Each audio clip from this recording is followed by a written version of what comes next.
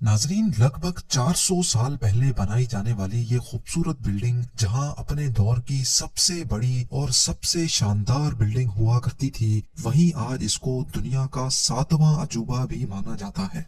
इस आलीशान स्ट्रक्चर को बनाने में 20,000 मजदूरों ने दिन रात खून पसीना बहाया, और वो भी 1 या 2 सालों तक नहीं बल्कि पूरे 22 सालों तक।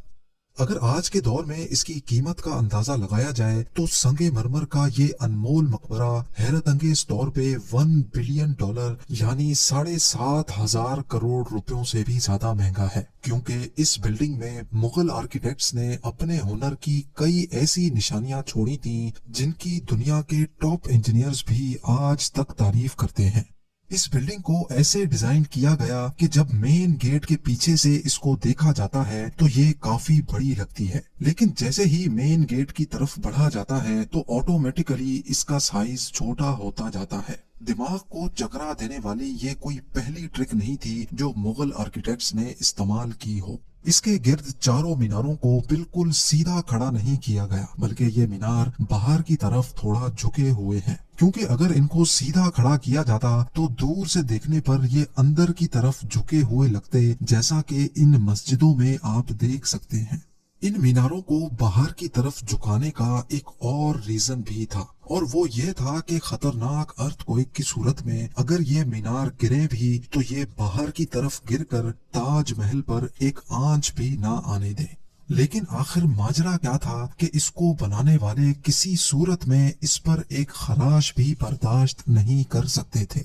ताजमहल के वो कौन कौन से राज थे जिनको 400 साल पहले छुपाने की कोशिश की गई थी, और जब उस दौर में कंक्रीट या स्टील ही नहीं हुआ करता था तो आखिर इस आलीशान मकबरे और इस पर मौजूद 40 मीटर ऊंचे डूम को कैसे बनाया गया, ये सब और इससे भी ज्यादा आप जान सकेंगे आज की इस स्पेशल वीडियो में।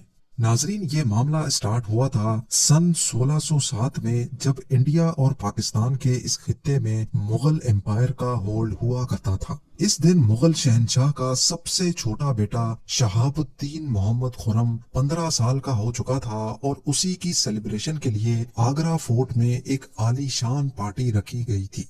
खुर्रम मुगल शहंशाह को सबसे ज्यादा अजीज था, इसी वजह से इसके हर जन्मदिन पर इसको हीरे जवाहरात और सोने से तोला जाता था, यानी जितना वजन शहजादे खुर्रम का होता था उतना ही खजाना इसके नाम कर दिया जाता था। लेकिन इस जन्मदिन पर कुछ और भी खास होने वाला था। मुगल शहंशाह ने शहजादे खुर्रम की शादी अपने एक वकील की बेटी के साथ कर दी, जिसको मुमताज महल के नाम से जाना जाता है। मुमताज और खुर्रम को पहले दिन ही एक दूसरे से बेइंतहा मोहब्बत हो चुकी थी, और उस वक्त ये किसी को भी मालूम नहीं था कि इस मोहब्बत का बोलबाला हमेशा के लिए रहने वाला है। अगले 10 सालों तक शहजादे ने कई जंगें लड़ी और उनमें भरपूर कामयाबी भी हासिल की। इसी वजह से शहंशाह ने खुश होकर उनको शाहजहां के लक़ब से नवाजा, जिसका मतलब है दुनिया का बादशाह।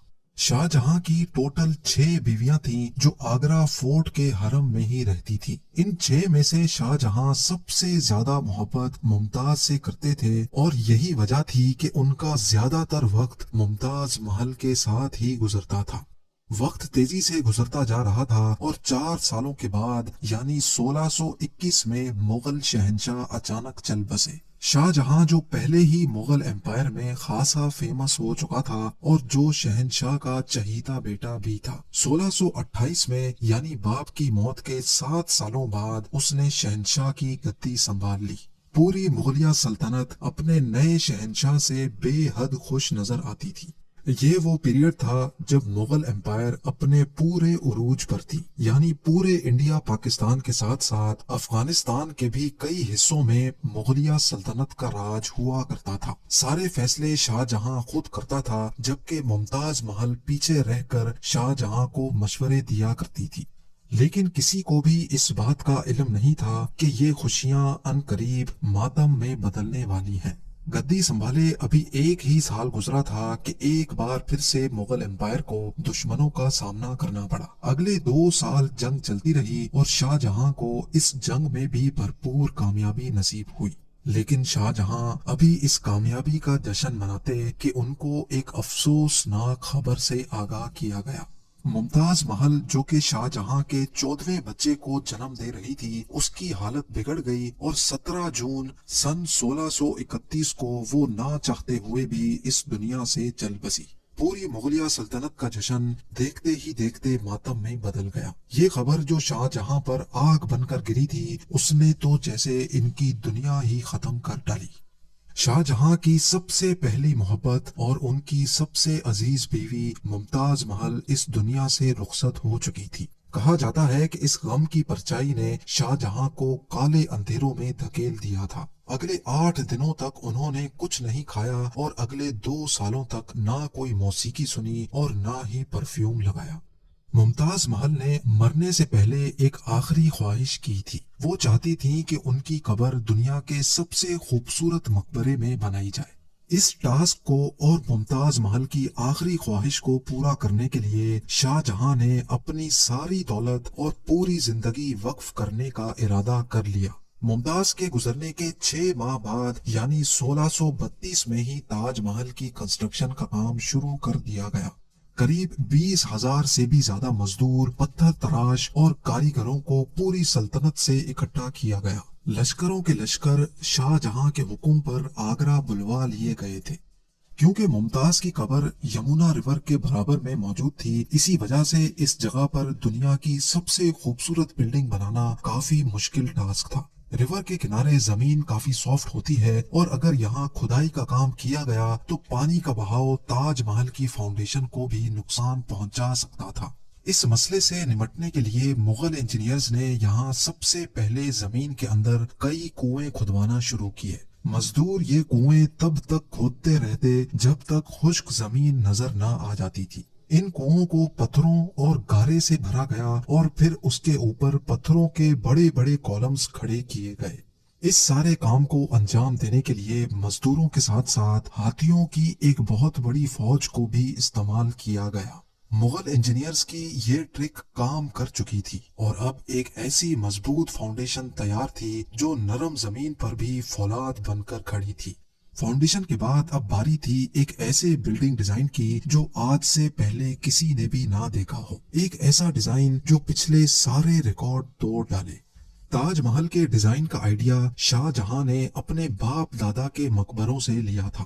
باپ کے مقبرے سے میناروں کا آئیڈیا لیا گیا، دادا کے مقبرے سے بلڈنگ کور کا آئیڈیا لیا اور اپنے انکل کے مقبرے سے ڈوم کا آئیڈیا لیا تھا، اور جب ان سب کو کمبائن کیا گیا تو ایک شاندار اور عالی شان ڈیزائن ابھر کر سامنے آیا۔ بلڈنگ کے اسٹرکچر کو بنانے کے لیے لاکھوں نہیں کروڑوں اینٹیں موقع پر ہی بیک کی گئی۔ یہ سب اتنا آسان نہیں تھا اور اس میں لا تعداد پیسے بھی بہائے جا رہے تھے۔ ہر گزرتے دن شاہی خزانہ تیزی سے خالی ہوتا جا رہا تھا، لیکن شاہ جہاں کو کسی چیز کی پرواہ نہیں تھی، بس ان کو یہ کام ہر قیمت پر کمپلیٹ کرنا تھا۔ کہا جاتا ہے کہ تاج محل کی کنسٹرکشن میں اتنے زیادہ لوگ لگائے گئے تھے کہ ان کی وجہ سے آس پاس کے علاقوں میں کھانا پینا ختم ہو گیا تھا۔ 20,000 مزدوروں اور کاریگروں کی ڈیمانڈ پوری کرنے کے لیے شاہ جہاں نے آس پاس کے تمام علاقوں سے اناج آگرہ منگا لیا تھا۔ کئی سالوں کی محنت کے بعد بلڈنگ کا اسٹرکچر کمپلیٹ ہو چکا تھا اور اب باری تھی اس کو سنگ مرمر سے سجانے کی۔ یہ سنگ مرمر آگرہ سے 400 کلومیٹر دور راجستھان سے منگایا جانا تھا، کیونکہ یہاں کا مکرانہ ماربل آج تک دنیا کا فائنسٹ ماربل مانا جاتا ہے۔ شاہ جہاں نے تاج محل کے لیے پورا مکرانہ ماربل ریزرو کر لیا تھا، یعنی جب تک تاج محل کی ڈیمانڈ پوری نہیں ہو پائے گی تب تک کسی کو بھی یہ ماربل خریدنے کی اجازت نہیں تھی۔ 1000 ہاتھیوں کی مدد سے ہزاروں ٹن وزنی ماربل راجستھان سے آگرہ منگایا گیا۔ تاج محل کا یہ خوبصورت ڈوم اتنا بڑا ہے کہ اس کا اندازہ صرف آنکھوں سے دیکھ کر ہی لگایا جا سکتا ہے۔ آج کل اس طرح کے ڈوم بڑی آسانی سے اسٹیل اسٹرکچر پر بنائے جا سکتے ہیں، لیکن 400 سال پہلے 40 میٹر اونچے ڈوم کو بنانے میں ان کے پاس صرف پتھروں کا ہی سہارا تھا۔ اس ڈوم کو بنانے میں مغل انجینئرز نے جو اسٹریس کیلکولیشن کی تھی اس کی آج کے انجینئرز بھی بہت تعریف کرتے ہیں۔ تاج محل کی فنیشنگ کے لیے اس کو پیٹرا ڈورا یا پرچن کاری سے ڈیکوریٹ کیا جانا تھا۔ पेट्रा डूरा एक ऐसी कलाकारी को कहा जाता है जिसमें कीमती पत्थर को मार्बल के अंदर तराश कर लगाया जाता है।